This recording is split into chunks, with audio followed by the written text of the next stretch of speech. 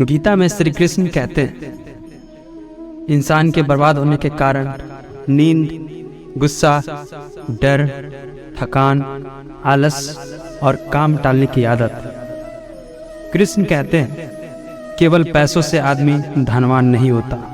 असली धनवान वो है जिसके पास अच्छी सोच, मधुर व्यवहार और सुंदर विचार होते हैं। कृष्ण कहते हैं, मनुष्य को किसी भी परिस्थिति में हौसला नहीं हारना चाहिए। जब तक आपकी सोच और आपके विचार अच्छे नहीं हो जाते, तब तक आपके अच्छे दिन नहीं आते। गीता में लिखा है कि ज़्यादा खुश या फिर ज़्यादा दुखी होने पर निर्णय नहीं लेना चाहिए, क्योंकि यह दोनों परिस्थितियाँ आपको सही निर्णय नहीं लेने देती। यदि तुम्हारे अंदर खुद को बदलने की ताकत नहीं है, तो तुम्हारा कोई अधिकार नहीं कि तुम भगवान या भाग्य को दोष दो। गीता में श्री कृष्ण कहते हैं, केवल डरपोक और कमज़ोर लोग ही चीज़ों को भाग्य पर छोड़ते हैं, लेकिन जो मजबूत और खुद पर भरोसा करने वाले होते हैं, वे कभी भी नियति या भाग्य पर निर्भर नहीं रहते। गीता के अनुसार सिर्फ दिखावे के लिए अच्छा मत बनो। वो परमात्मा और आपको बाहर से नहीं बल्कि भीतर से भी जानता है। श्री कृष्ण का कहना है कि मुश्किलें केवल बेहतरीन लोगों के हिस्से में आती हैं, क्योंकि वही लोग उन्हें बेहतरीन तरीके से अंजाम देने की ताकत रखते हैं। जो सरलता से मिलता रहे उसका महत्व नहीं रह जाता। अक्सर खो देने के बाद समय, व्यक्ति और संबंध के मूल्य का आभास होता है। श्री कृष्ण कहते हैं, शरीर नश्वर है पर आत्मा अमर है। यह तथ्य जानने पर भी व्यक्ति अपने इस नश्वर शरीर पे घमंड करता है, जो कि बेकार है। शरीर पर घमंड करने की बजाय मनुष्य को सत्य स्वीकार करना चाहिए। आप खुश हैं या दुखी, यह दोनों आपके विचारों पर निर्भर है। अगर आप प्रसन्न रहना चाहते हैं तो आप हर हाल में प्रसन्न ही रहेंगे।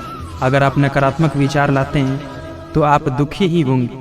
विचार ही हर व्यक्ति का शत्रु और मित्र होता है।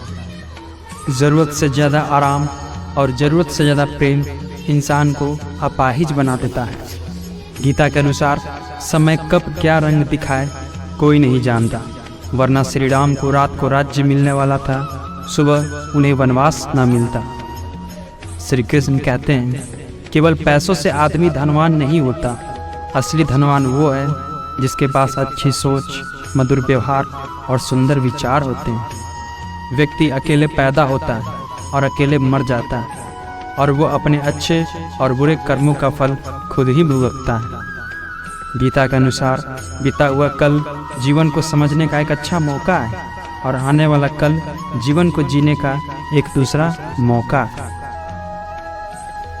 जीवन की समानता को पहचानें और अपनाएं, अर्थात बिना दुख के सुख का मूल्य नहीं समझ सकते।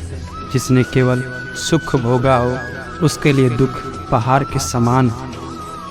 सुख दुख, लाभ हानि, जीत हार की चिंता ना करके मनुष्य को अपनी शक्ति अनुसार कर्तव्य कर्म करनी चाहिए। ऐसे भाव से कर्म करने पे पाप नहीं लगता।